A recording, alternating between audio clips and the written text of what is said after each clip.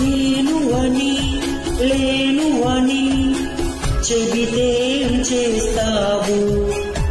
నమ్మనని నవ్వుకొని చాలే పొమ్మంటావు.